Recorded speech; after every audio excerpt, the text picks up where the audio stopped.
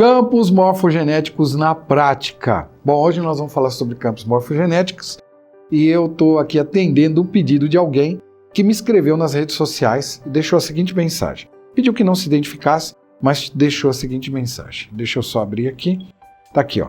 Frois, você poderia falar sobre campos morfogenéticos e trazer alguns exemplos práticos? Tudo aquilo que eu tenho visto, tudo que eu tenho estudado, as informações que eu recebo, os vídeos que eu assisto, falam de uma forma muito técnica e fica difícil a minha compreensão. Por favor, se você puder fazer um vídeo, eu adoraria. Então vamos lá, vamos para o vídeo. Vamos falar sobre campos morfogenéticos de uma maneira mais prática hoje. Mas antes de falar de campos morfogenéticos, eu quero te dizer o seguinte, né? Eu vou trazer uma palavra e eu quero que você pense na primeira coisa que vier na sua cabeça, uma imagem. Bola! Qual é a primeira bola que vem à sua cabeça? Colher! Qual é a primeira colher que vem à sua cabeça?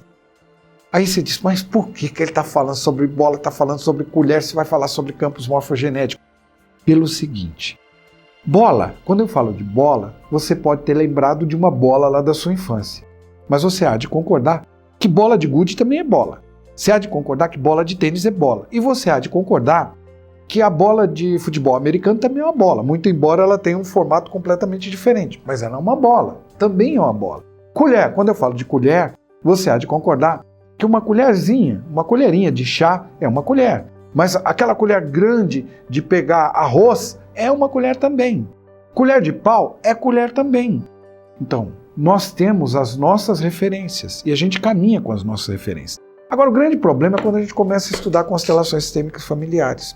Eu sofri muito com isso. E guarda essa mensagem que eu estou te trazendo agora, porque ela vai ser importante para você. Ela vai ser interessante. Eu entrei para dentro das constelações com uma série de conceitos prontos. A coisa já estava tudo pronta na minha cabeça. Então, eu tinha um conceito para espírito, eu tinha um conceito para alma, eu tinha um conceito para campo, eu tinha um conceito para uma série de coisas. Então, quando eu falo para você de alma, o que é que você pensa? Olha, a gente vem de uma tradição judaico-cristã. Não podemos esquecer que no Brasil a gente segue uma tradição judaico-cristã. Então, quando fala de alma, nós já temos um pensamento fixo, nós já temos uma ideia fixa. Então, é uma questão de semântica, há uma questão de semântica envolvida dentro das constelações. Lógico que ela nos atrapalha muito, porque a gente já vem cheio de pensamentos, a gente já vem cheio de ideias. Quando fala de espírito, nossa, então, constelação, negócio espírita, meu Deus, eu sabia que era espírito. Fala de alma, fala de espírito, então já vi que é espírita o negócio. Não, absolutamente não.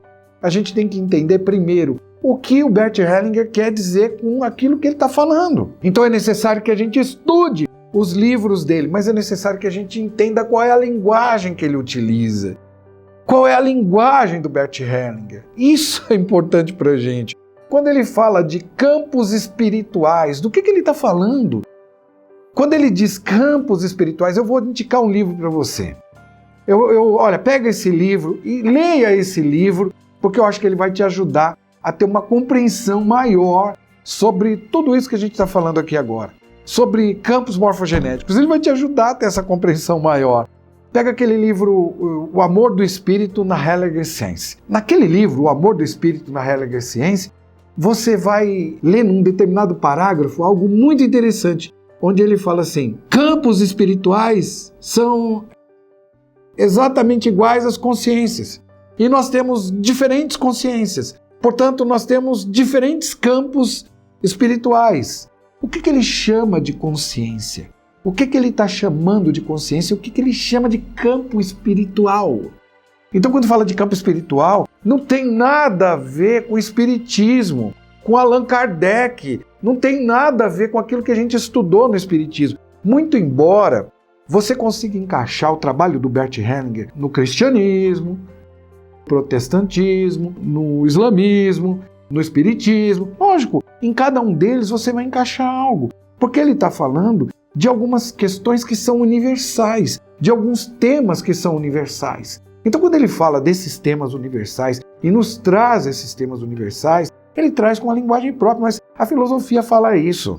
A filosofia já falava isso e a psicologia fala disso também. Mas olha, vamos deixar isso de lado. E por que eu estou te deixando aqui essa informação? Campos espirituais, consciências. Ele diz que é a mesma coisa, que os campos espirituais e as consciências são a mesma coisa. Que existem 3 tipos de consciência? Sim. Pegue outros vídeos meus aí, você vai entender quais são esses 3 tipos de consciência que ele fala. Uma consciência de grupo, uma consciência espiritual e uma consciência pessoal. Você vai entender um pouco melhor o que é isso. Campo espiritual. Por que eu estou te falando de campo espiritual? Porque tem um determinado ponto onde ele vai dizer os campos espirituais são exatamente iguais aos campos morfogenéticos que o Rupert Sheldrake fala. Quando vou falar de campo morfogenético, muitos vídeos que a gente vê por aí, as pessoas começam, bom, então Rupert Sheldrake desenvolveu os campos morfogenéticos, e o que seriam os campos morfogenéticos? Bom, vamos contar a história do Rupert Sheldrake, ele foi para Harvard, saiu de Harvard, foi para Cambridge, voltou para Cambridge. Olha, isso tudo, que ele saiu de Cambridge, foi para Harvard, voltou de Harvard, foi para Cambridge. Tudo isso é importante, é interessante. Mas o interessante é a gente entender praticamente o que é um campo morfogenético. E ele dá exemplos disso. Ele diz o seguinte, você tem um grupo, o grupo dos torcedores do Corinthians. Esse é um campo morfogenético. Como assim? Isso é um campo morfogenético. É um campo que compartilha das mesmas ideias, dos mesmos pensamentos, dos mesmos padrões. É um grupo que segue padrões, sejam eles reconhecidos ou não. Voltamos para a teoria geral dos sistemas do Ludwig von Bertalanffy. Ludwig von Bertalanffy nos dizia o seguinte, o que é um sistema? Um sistema é um conjunto de elementos que trabalham de forma inter e intradependente na busca de um objetivo comum, muito embora esse objetivo talvez nem seja claro a todos eles. Então, uma família é um sistema, e um sistema composto de inúmeros subsistemas. Cada elemento dentro de um sistema é também um sistema e considerado um subsistema desse sistema que é a família. Então, portanto, uma família acaba se constituindo como um campo morfogenético. É um campo cujos pensamentos, sentimentos, sensações, ideias e etc. E padrões, eles são muito próprios e muito próximos. Entende? Então, esses padrões, eles atuam o tempo inteiro. Então, de certa forma, um campo morfogenético contém todos esses padrões. E a grande característica do campo morfogenético é que ele não consegue se modificar a partir de si mesmo. Então, ele considera um campo morfogenético e um campo espiritual como sendo a mesma coisa. Então, o que ele chama de campo espiritual? Ele chama de campo espiritual a mesma coisa que ele fala de alma. Então, ele diz, olha, este elementozinho tem uma alma, este elemento tem uma alma. Cada sistema individualmente tem uma alma, mas há uma alma maior, que é a alma aqui, ó, desse sistema, esta alma aqui. Então, esta alma seria considerado algo como que? Uma força. Então, existe uma força. E existe um movimento, uma energia que rola aqui dentro, que é aquilo que ele chama, esse movimento ele chama de movimento do espírito. Não é? Esse espírito é como um sistema maior, esse sistema que vai ditando regras para que as coisas aconteçam. Então, na prática, saindo dessa teoria toda do Rupert Sheldrake, na prática, um campo morfogenético é aquele campo no qual nós estamos envolvidos, que nos determina padrões de pensamento, padrões emocionais, padrões de sentimento ou de sensação.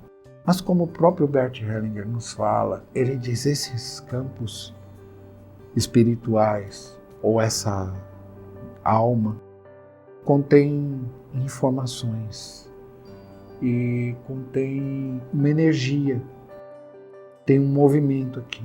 Então isso aqui, um campo morfogenético, esse campo espiritual, que no fundo é essa família que a gente está vendo, contém informações. E hoje, se algumas coisas afetam a vida de uma determinada mulher aqui dentro dessa família, Muito daquilo que afeta a vida dela hoje vem de onde? De dentro desta própria família, dos movimentos que estão sendo gerados aqui dentro dessa própria família. E a mudança não vai acontecer enquanto esta pessoa não puder reconhecer algo. Só se pode mudar algo que se reconhece. Só depois que a gente reconhece algo é que a gente pode mudar algo. Antes disso, a gente não consegue mudar. Então existem inúmeros trabalhos que nos oferecem possibilidades de mudança. E sabe uma das coisas interessantes aqui também? Interessante é o seguinte, que tudo aquilo que eu faço hoje, que de certa forma eu estou fazendo hoje, vai interferir na vida do meu filho, na vida da minha filha amanhã. Nós já falamos aqui sobre epigenética. Nós já falamos que genética é algo que está ligado àquilo que a gente transfere, os genes. A gente está transferindo características para os nossos filhos. Porém, existem coisas que estão acontecendo dentro da família que vão afetar a forma como esses genes vão se desenvolver depois. A epigenética trata exatamente disso. E é disso que as constelações tratam também. É com isso que elas estão lidando. Então, muito daquilo que se desenvolveu em cada um de nós hoje, se desenvolveu a partir de determinados movimentos que, embora não sejam reconhecidos, que embora a gente não consiga enxergá-los claramente, não quer dizer que eles não atuem individualmente ou até mesmo no grupo. Naquele grupo que está, no grupo de ontem e no grupo de amanhã. Então, hoje, quando uma pessoa entra na torcida do Corinthians, que foi o exemplo que eu dei, numa torcida de futebol qualquer, ela já vai chegar lá, ela já tem um hino, já tem isso, já tem aquilo, já tem uma série de coisas que acontecem lá dentro e que muitas vezes ela vai seguir, ela nem sabe por que ela segue. Determinados movimentos que ela tem que fazer e ela nem sabe por que faz. Algum tipo de lealdade que acontece com a gente e a gente nem sabe por que a gente tem essa lealdade. Eu estou falando desta forma para ficar mais prático, mais palpável, para ficar mais próximo da gente. O que eu quero dizer para você é que tem determinadas coisas que estão contidas na sua família que vêm dos seus antepassados e que você nem sabe que vêm dos seus antepassados, mas que agem sobre você hoje, no seu jeito de ser, na forma como você atua, na maneira como você estuda, na maneira como você trabalha e na forma como você fala, na forma como você se comunica. Então o que as constelações oferecem? Uma forma de entrar em contato com essa energia, esse movimento que está contido dentro da família e entrar em contato com essas informações. Foi isso que ele conseguiu, uma maneira em que a gente pudesse entrar em contato com essas informações que para a gente não são claras. Informações essas que vêm através dos representantes e dos movimentos que podem ser observados no momento em que se coloca uma constelação. Então, quando a gente está colocando uma constelação, nós estamos trabalhando como você queira, com um campo espiritual ou nós estamos trabalhando com um campo morfogenético. Da mesma forma, nós podemos pensar que nós estamos trabalhando também com níveis de consciência diferentes. Níveis de consciência que estão atuando dentro desse campo, porque no mesmo campo a gente pode até sentir modulações dessas consciências, diferentes consciências atuando aqui. Então, as constelações nos mostram que existe uma possibilidade de atuar junto a esses campos de informação. E ao receber essa informação, lógico, porque uma das coisas que a gente sabe nesta vida também, a informação é tudo. Quanto mais informações você tem, mais próspero você é. A informação traz prosperidade, é isso que ela traz. Quanto mais informação eu tenho, mais próspero eu serei. E por que serei mais próximo? Mais próspero? Serei mais próspero porque eu consigo fazer mais coisas com isso. Mudar a forma como eu modulo determinadas coisas hoje. Coisas que me levam a me sentir mais ou menos infeliz, mais ou menos leve, mais ou menos pesado, e que podem até estar acarretando doenças em mim. Eu espero que de alguma maneira eu também tenha colaborado com você nessa questão dos campos morfogenéticos. Vou te deixar 2 playlists, uma de constelação e uma outra sobre psicologia no nosso dia a dia, na nossa vida. E a gente se vê no próximo vídeo. Até lá, um grande abraço. Valeu!